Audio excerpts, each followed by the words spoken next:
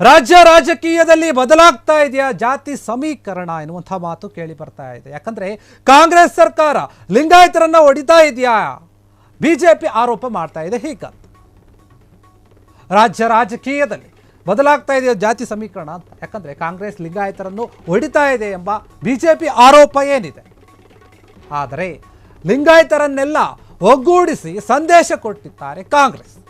ಸಮುದಾಯದಲ್ಲಿ ಹಳೆಯ ಭಿನ್ನಮತ ಬಿಕ್ಕಟ್ಟುಗಳನ್ನು ಮರೆಸಿದೆ ಕಾಂಗ್ರೆಸ್. ಬೆಂಗಳೂರಿನ ಅರಮನೆ ಮೈದಾನದಲ್ಲಿ ಬೃಹತ್ ಸಮಾವೇಶ ನಡೆಯುತ್ತಾರೆ. 2 ಲಕ್ಷಕ್ಕೂ ಹೆಚ್ಚು ಲಿಂಗಾಯತದ ಒಂದು ಸಮುದಾಯದ ಮಂದಿ ಭಾಗಿಯಾಗಿದ್ದಾರೆ. ಒಂದು ವಿಚಾರದ ಸಿಎಂ ಸಿದ್ದರಾಮಯ್ಯಗೆ ಲಿಂಗಾಯತ ಸ್ವಾಮೀಜಿಗಳಿಂದ ಸನ್ಮಾನ ಕೂಡ ಆಗಿದೆ. ಸಿದ್ಧಗಂಗಾ ಶ್ರೀ, ತರಳಬಾಳು ಶ್ರೀ ಸೇರಿ 60ಕ್ಕೂ ಹೆಚ್ಚು ಸ್ವಾಮೀಜಿಗಳು ಭಾಗಿಯಾಗಿದ್ದರು. ಹೊಸ ಸಂದೇಶ ಕೊಟ್ಟಿದ್ದಾರೆ. ಬಸವ ಸಂಸ್ಕೃತಿ ಅಭಿಯಾನ 2025ರ ಸಮಾರೋಪ ಏನಿದೆ ಅದು. ನಾವೆಲ್ಲರೂ ಶೂದ್ರರು, ಜಾತಿ ಯಾವುದಾದ್ರೂ ಕೂಡ ಶೂದ್ರರೆಲ್ಲ ಒಂದೇ ಎಂದು ಸಿಎಂ ಸಿದ್ದರಾಮಯ್ಯ ಹೇಳಿದ್ದಾರೆ. ಸಿಎಂಗೆ ಸಾಥ್ ಕೊಟ್ಟಿದ್ದಾರೆ ಸಚಿವ ಎಂಬಿ ಪಾಟೀಲ್, ಸತೀಶ್ ಮತ್ತು ಹೆಬ್ಬಾಳ್ಕರ್. ಇವರೆಲ್ಲರೂ ಕೂಡ ರಾಜ್ಯ ರಾಜಕೀಯದಲ್ಲಿ ಬದಲಾಗ್ತಾ ಇದೆಯಾ ಹಾಗಾದರೆ ಜಾತಿ ಸಮೀಕರಣ ಎನ್ನುವಂಥ ಪ್ರಶ್ನೆ ಮೂಡ್ತಾ ಇದೆ. ಯಾಕಂದರೆ ಕಾಂಗ್ರೆಸ್ಸು ಲಿಂಗಾಯತರನ್ನು ಹೊಡಿತಾ ಇದೆ ಎಂಬ ಬಿಜೆಪಿ ಆರೋಪ ಏನಿತ್ತು ಅದಕ್ಕೆ ತದ್ವಿರುದ್ಧವಾಗಿ ನಡೆದುಕೊಂಡಿರುವಂಥದ್ದು. ಯಾಕಂದರೆ ಏನು ಸಮಾವೇಶ ನಡೀತಾ ಇದೆ ಅದರಲ್ಲಿ ಸಾಕಷ್ಟು ಸ್ವಾಮೀಜಿಗಳೇ ಭಾಗಿಯಾಗಿತ್ತು. ಹೊಸ ಸಂದೇಶವನ್ನು ಕೊಟ್ಟಂತಿದೆ ಈ ಮುಖಾಂತರ. ಯಾಕಂದರೆ ಬಸವ ಸಂಸ್ಕೃತಿ ಅಭಿಯಾನ 2025ರ ಒಂದು ಸಮಾರೋಪ ಏನಿದೆ ಅದರಲ್ಲಿ ಭಾಗಿಯಾಗಿದ್ದರು ಸಿಎಂ ಸಿದ್ದರಾಮಯ್ಯ ಅವರು. ಅದರ ಜೊತೆಗೆ ಅನೇಕ ಒಂದು ಸ್ವಾಮೀಜಿಗಳು ಕೂಡ ಭಾಗಿಯಾಗಿದ್ದರು. ಹೀಗಾಗಿ ಏನೋ ಒಂದು ಬಿಜೆಪಿ ಆರೋಪ ಮಾಡಿತ್ತು ರಾಜ್ಯ ರಾಜಕೀಯದಲ್ಲಿ ಎಲ್ಲೋ ಒಂದು ಕಡೆ ಬದಲಾಗಿದೆ ಒಂದು ಜಾತಿ ಸಮೀಕರಣ.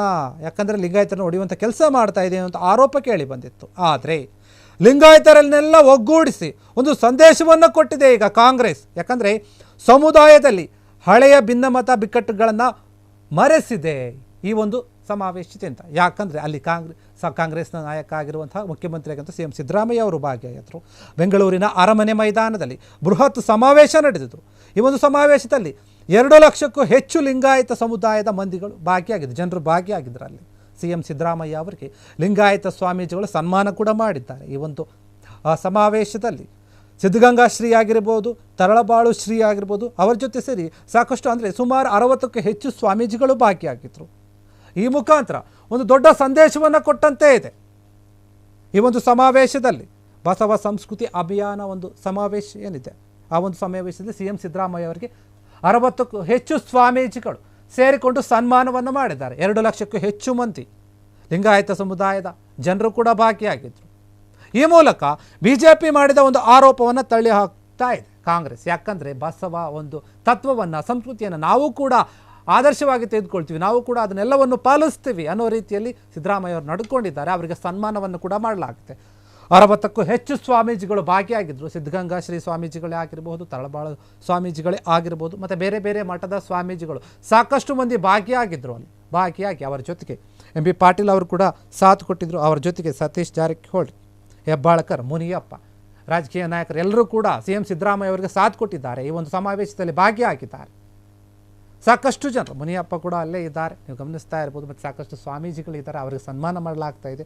ಬಸವ ಸಂಸ್ಕೃತಿಯ ಒಂದು ಅಭಿಯಾನ ಏನಿದೆ ಆ ಒಂದು ಸಮಾವೇಶದಲ್ಲಿ 2025ರ ಒಂದು ಸಮಾವೇಶ ಏನಿದೆ ಅದು ಒಂದು ರೀತಿಯ ಒಂದು ಸಂದೇಶವನ್ನು ಜಾರಿ ಮಾಡಿದಂತೆ ಇದೆ. ಯಾಕಂದರೆ ಏನು ಹೊಡೆಯುವಂಥ ಒಂದು ಕೆಲಸವನ್ನು ಮಾಡ್ತಾ ಇದೆ ಲಿಂಗಾಯತ ಒಂದು ಒಕ್ಕೂಟವನ್ನು, ಜನಾಂಗವನ್ನು, ಸಮುದಾಯವನ್ನು ಹೊಡೆಯುವಂಥ ಕೆಲಸ ಮಾಡ್ತಾ ಇದೆ ಕಾಂಗ್ರೆಸ್ ಸರ್ಕಾರ. ಮತ್ತು ಏನಿದೆ ಕಾಂಗ್ರೆಸ್ನ ಒಂದು ನಾಯಕರೇನಿದ್ದಾರೆ ಅವರು ಹೊಡೆಯುವಂಥ ಕೆಲಸ ಮಾಡ್ತಾರೆ ಒಂದು ಕೂಗಿ ಏನು ಕೇಳಿ ಬಂದದ್ದು ಬಿಜೆಪಿ ಅವರಿಂದ.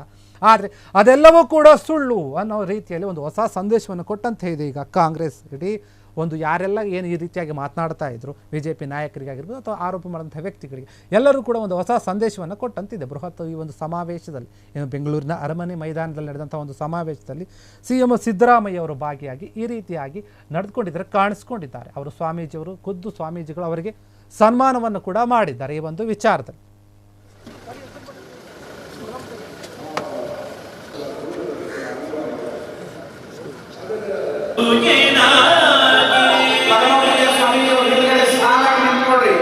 ಎಲ್ಲರಿಗೂ ಅವಕಾಶ ಆಗುತ್ತೆ, ದಯವಿಟ್ಟು ಪ್ರಾರ್ಥನೆ, ಎಲ್ಲರೂ ಮುಂದೆ ಹೋಗಬಾರ್ದು. ಮಾತೇಶನ ಸ್ವಲ್ಪ ವ್ಯವಸ್ಥೆ ಮಾಡಿ ಪ್ಲೀಸ್. ಎಲ್ಲ ಫೋಟೋಗೆ ಅವಕಾಶ ಮಾಡಿಕೊಡ್ರಿ, ಅಲ್ಲಿ ಅವಕಾಶ ಮಾಡಿಕೊಡ್ರಿ. Sound please. ಕ್ಷಣ ಕ್ಷಣದ ಸುದ್ದಿಗಳಿಗಾಗಿ ಫ್ರೀಡಂ ಟಿವಿ ಸಬ್ಸ್ಕ್ರೈಬ್ ಮಾಡಿ, ಲೈಕ್ ಮಾಡಿ ಹಾಗೂ ಫಾಲೋ ಮಾಡಿ. ಹೊಸ ಸುದ್ದಿಗಳ ನೋಟಿಫಿಕೇಶನ್ಗಾಗಿ ಬೆಲ್ ಐಕಾನ್ ಮೇಲೆ ಕ್ಲಿಕ್ ಮಾಡಿ.